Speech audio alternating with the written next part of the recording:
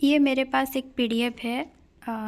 यहाँ पर देखिए 46 नंबर का जो भी जैनेंद्र कुमार ऑब्जेक्शन किए होंगे उनका मार्क बढ़ा होगा।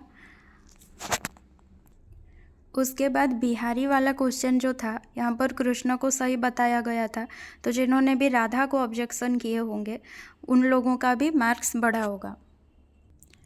उसके बाद था यशोधरा खंड काव्य चंपू काव्य, तो बहुत लोग खंड काव्य भी किए थे और चंपू काव्य को सही बताया गया था, तो खंड काव्य वाले को भी मार्क मिला है। उसके बाद आया सकर्मक क्रिया, तो मैं बोली थी कि भैया पढ़ता जो है वो भी सकर्मक क्रिया है, लेकिन बहुत लोग मतलब बहुत ज़्यादा आके बोले थे कि घड़ा भरता हूँ मैं कर्म दिया है इसीलिए ये सकर्मक है, पढ़ता में कर्म नहीं है तो नहीं होगा। तो जो लोग भी अगर पढ़ता है को सही किए थे और ऑब्जेक्शन किए थे उनका भी मार्क्स बढ़ा है। उसके बाद 142 यहाँ पर मैं बताई थी कि पैसेज का जो क्वेश्चन है, यहाँ पर क्वेश्चन में ऑप्शन ही नहीं है सही ऑप्शन, तो ये भी जो लोग ऑब्जेक्शन किए थे उनका मार्क्स बढ़ा है, क्योंकि यहाँ पर देखिए लिखा है discrepancy is found in question और आंसर, और यहाँ पर 1 मार्क दिया गया है।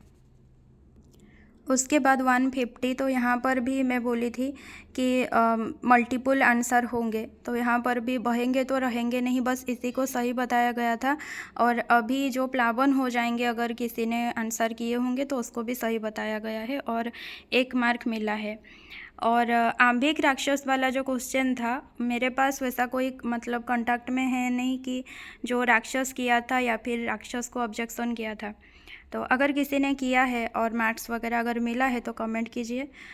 और जो ऑब्जेक्शन के ये जो मार्क्स हैं सभी को समान नहीं मिले हैं, शायद जैसे कि मेरे पास एक कांटेक्ट हैं वो 9 क्वेश्चन डाले थे ऑब्जेक्शन और उनके 8.75 इतना मार्क्स बढ़े हैं, तो बहुत खुशी हुई मुझे, मतलब बहुत ही।